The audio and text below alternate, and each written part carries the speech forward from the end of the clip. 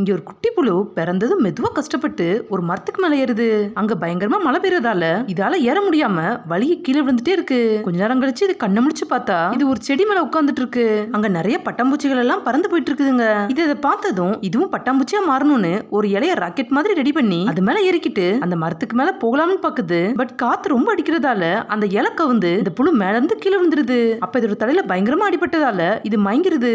இது கொஞ்ச நேரம் கழிச்சு கண்ணை திறந்து பார்த்தா இது அப்படியே வானத்துல பறந்துட்டு இருக்கு. இதுவும் ரொம்ப ஹாப்பியா அங்க இருக்க மரம் மலையெல்லாம் ரசிச்சு பார்த்துட்டு இருக்கு. அப்பதான் அதை யோசிச்சு பாக்குது, நம்ம எப்படி பறக்குறோம், நமக்கு என்னாச்சுன்னு கொஞ்சம் திரும்பி பாக்குது. பார்த்தா ஒரு பறவை இதை வாயில கவிட்டு அதை சாப்பிடலாம்னு தூக்கிட்டு போயிட்டு இருக்கு. இது எப்படியோ கஷ்டப்பட்டு அதோட வாயில இருந்து தப்பிச்சு மேல இருந்து கீழே ஜம்ப் பண்ணிடுது. அந்த பறவையோ விடாம இதை சாப்பிட ட்ரை பண்ணிட்டே இருக்கு. இது இப்படி கஷ்டப்படுறத பார்த்த பட்டாம்பூச்சிகளோ எல்லாரும் ஒன்னா சேர்ந்து அந்த பறவை கூட சண்டை போட்டு அதை அங்க இருந்து வரட்டுதுங்க. இந்த புழுவும் நேர தண்ணிக்குள்ள போய் விழுந்துருது. இது தண்ணிக்குள்ள மூழ்கிட்டு இருக்கும் போது அவ்வளவுதான், நீ நம்ம சாக போறோம், நம்ம கண்ட கனவெல்லாம் நிறைவேறாம போச்சுன்னு அது பட்டாம்பூச்சியா மாறத பத்தி நினைச்சு பார்த்து ரொம்ப ஃபீல் பண்ணுது. இதால பட்டாம்பூச்சியா மாற முடியலன்னு ரொம்ப கஷ்டப்படுது. அப்படியே இது கொஞ்சம் கொஞ்சமா தண்ணிக்குள்ள போயிட்டு இருக்கும்போது இதோட உடம்பெல்லாம் வித்தியாசமா மாற ஆரம்பிக்குது.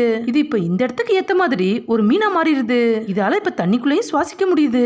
இதுவும் கண்ணை திறந்து பார்த்து மெதுவா நீந்திக்கிட்டே அங்க இருக்க மத்த மீன்கள் எல்லாம் பாக்குது. அந்த இடம் ரொம்ப அழகா இருக்கதை பார்த்துட்டு இப்ப இது ரொம்ப சந்தோஷமா ஜாலியா நீந்திட்டு போகுது.